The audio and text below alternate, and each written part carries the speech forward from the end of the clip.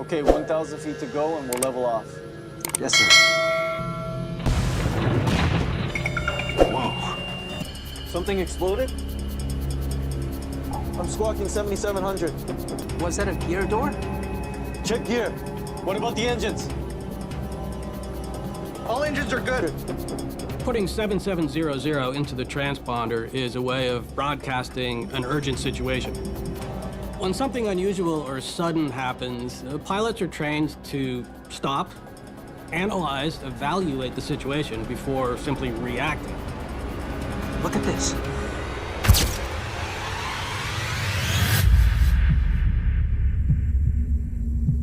នៅថ្ងៃទី12ខែសីហាឆ្នាំ1985នៅលើផ្ទៃមេឃប្រទេសជប៉ុនមានសភាពធម្មតាគ្មាននរណាម្នាក់ដឹងទេថាសោកនាដកម្មផ្លូវអាកាសដ៏អាក្រក់បំផុតមួយរៀបនឹងកើតឡើងឡើយជើងហោះហើរ Japan Airlines 123ត្រៀមហោះចេញពីតូក្យូទៅកាន់អូសាកាយន្តហោះដែលប្រើប្រាស់គឺ Boeing 747ដែលជាស្ដេចអាកាសចរនាជំនាន់នោះវាជាថ្ងៃឈប់សម្រាកបុណ្យប្រពៃណីឧបុណ្យដែលជាពេលវេលាជួបជុំគ្រួសាររបស់ជនជាតិជប៉ុនដូច្នេះហើយនៅលើយន្តហោះពោពេញដោយអ្នកដំណើរយ៉ាងណែនណាន់តាន់តាប់នៅក្នុងយន្តហោះមានមនុស្សសរុប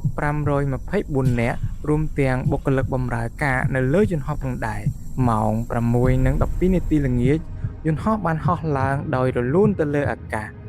អ្នកដំណើរគ្រប់គ្នាមានស្នាមញញឹមនិងរំពឹងថានឹងទៅដល់ផ្ទះក្នុងរយៈពេល50នាទីក្រោយប៉ុន្តែក្រោយហោះឡើងបានត្រឹមតែ12នាទីអ្វីៗក៏បានប្រែប្រួលសំឡេងផ្ទុះដ៏ខ្លាំងមួយបានលាន់ឮឡើងចេញពីផ្នែកខាងក្រោយនៃយន្តហោះ Something exploded?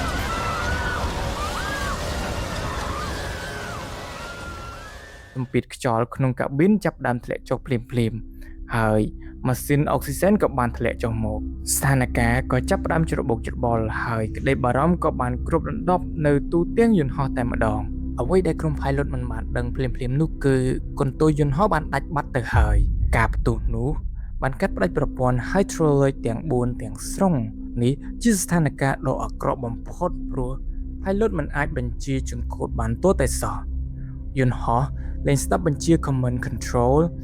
ហើយចាប់ផ្ដើមហោះឡើងចុះដោយរលកទឹកសមុទ្រកាពីតេនតាកាហាម៉ានិងជំនួយការបានព្យាយាមគ្រប់គ្រងស្ថានភាពយ៉ាងអស់ពីសមត្ថភាព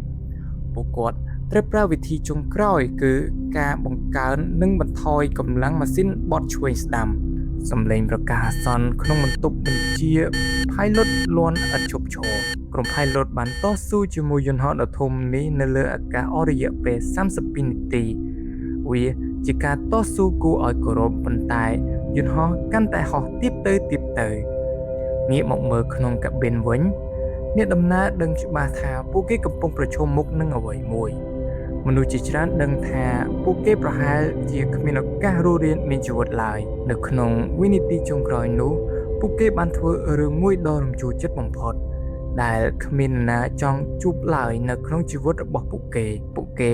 បានដកបិចនិងក្រដាស់មកសរសេរសម្បត្តិលាគ្នាទៅកាន់ក្រុមគ្រួសារសម្បត្តិទាំងនោះត្រូវបានសរសេរយ៉ាងប្រញាប់ប្រញាល់នៅលើកម្រាស់សៀវភៅឬកន្សែងពាក្យពេចន៍ខ្លីៗដូចជាសូមថែរក្សាកូនចៅផងបានក្លាយជាពាក្យចុងក្រោយដ៏សោកសៅបំផុត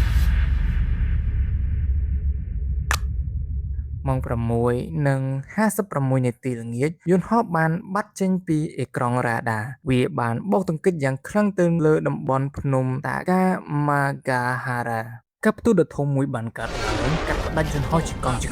ឆេះសុទ្ធសង្ឃឹមព័ត៌មាននៃការធ្លាក់នេះបានធ្វើឲ្យពិភពលោកទាំងមូលមានការភ័យរន្ធត់យ៉ាងខ្លាំងប៉ុន្តែរឿងរ៉ាវបន្ទាប់ពីការធ្លាក់កាន់តែបង្កើតឲ្យមានភាពចម្រូងចម្រាសជាងនេះទៅទៀតឧទ្ធម្ភាគចក្ររបស់កងទ័ពសហរដ្ឋអាមេរិកបានរកឃើញទីតាំងនៃការធ្លាក់មុនកម្លាំងសមរកិច្ចរបស់ជប៉ុនពួកគេបានត្រៀមខ្លួនចុះជួយសង្គ្រោះអ្នករងគ្រោះភ្លាមៗនៅយប់នោះប៉ុន្តែ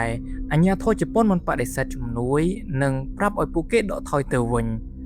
ជប៉ុនចង់ដឹកនាំការសង្គ្រោះដោយខ្លួនឯងប៉ុន្តែអាកាសធាតុនិងយប់ងងឹតជាឧបសគ្គដ៏ធំសម្រាប់ពួកគេក្នុងបេសកកម្មជួយសង្គ្រោះជនរងគ្រោះក្រុមសង្គ្រោះជប៉ុនបានវិតម្លៃថាប្រហែលជាគ្មាននរណារស់រានមានជីវិតឡើយពួកគេបានសម្រេចចិត្តរងចាំរហូតដល់ព្រឹកថ្ងៃបន្ទាប់ទើបចូលទៅដល់កន្លែងកើតហេតុហើយនោះគឺជាការសម្រេចចិត្តដ៏ខុសឆ្គងបំផុតនិងយឺតយ៉ាវអស់រយៈពេលរហូតដល់14ម៉ោងឯណោះអ្នករស់រានមានជីវិតម្នាក់បាននិយាយថានាងបានឮសំឡេងមនុស្សធ្ងោពេញមួយយប់ប៉ុន្តែដោយសារអាកាសធាតុត្រជាក់និងរបួសធ្ងន់ធ្ងរពួកគេមិនអាចស៊ូទ្រាំរហូតដល់ក្រុមជួយសង្គ្រោះទៅដល់នោះឡើយទោះជាយ៉ាងណាអភូតហេតុក៏បានកាត់ឡើងនៅក្នុងគំនរផេះផង់ផងដែរក្រុមជួយសង្គ្រោះបានរកឃើញមនុស្ស4នាក់ដែលនៅរស់រានមានជីវិតពួកគេទាំងអស់សុទ្ធតែជាស្ត្រីនិងកុមារដែលអង្គុយនៅផ្នែកខាងក្រោយនៃទូយន្តហោះការរស់រានមានជីវិតរបស់ពួកគេគឺជាពន្លឺតែមួយគត់ក្នុងសោកនាដកម្មដ៏សោកសៅមួយនេះសាកសពជនរងគ្រោះទាំង520នាក់ត្រូវបានប្រមូលយកមកវិញទាំងការសោកស្ដាយបន្ទាប់ពីកាន់ទុក្ខសំណួរដ៏ធំមួយបានកើតឡើងថាតើវាបង្កឡើងដោយសារអ្វីក្រុមអ្នកស៊ើបអង្កេតមកពីជប៉ុននិងសហរដ្ឋអាមេរិកចាប់ផ្ដើមប្រមូលបំណែកយន្តហោះការយកចិត្តទុកដាក់ត្រូវបានដាវទៅលើជញ្ជាំងទប់សម្ពាធនៅកន្ទុយយន្តហោះហើយពួកគេបានរកឃើញការពិតដ៏គួរឲ្យតក់ស្លុតមួយដែលមិនគួរកើតមានឡើយមូលហេតុមិនមែនមកពីអាកាសធាតុឬក៏កំហុសរបស់ក្រុម pilot នោះទេប៉ុន្តែវាគឺជាកំហុសបច្ចេកទេសដែលបានកើតឡើងតាំងពី7ឆ្នាំមុនឯណោះកាលពីឆ្នាំ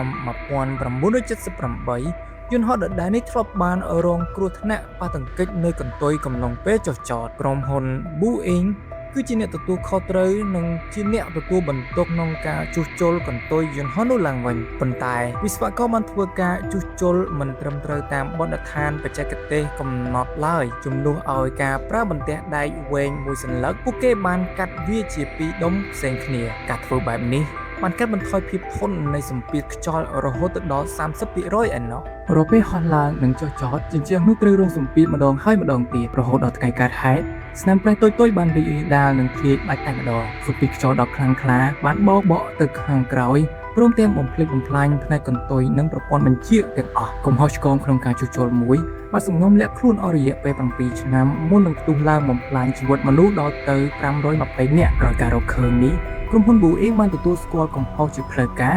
ព្រឹត្តិការណ៍នេះបានអង្រួនវិស័យអាកាសចរជុំវិញពិភពលោកឲ្យធ្វើការផ្លាស់ប្ដូរប្រព័ន្ធត្រួតពិនិត្យជាចាំបាច់បំផុតនៅក្នុងសង្គមជប៉ុនទំនួលខុសត្រូវគឺជារបបដ៏ធំបំផុតប្រធានក្រុមហ៊ុន Japan Airlines បានសម្រេចចិត្តឈប់ពីតំណែងដើម្បីសុំទោសអ្វីដែលរឹតតែខ្លោចចិត្តវិស្វករម្នាក់ដែលដឹកនាំការជួសជុលនោះបានធ្វើអត្តឃាតគាត់បានបញ្ចប់ជីវិតខ្លួនឯងដើម្បីលាងជម្រះកំហុសចំពោះមុខក្រុមគ្រួសារជនរងគ្រោះ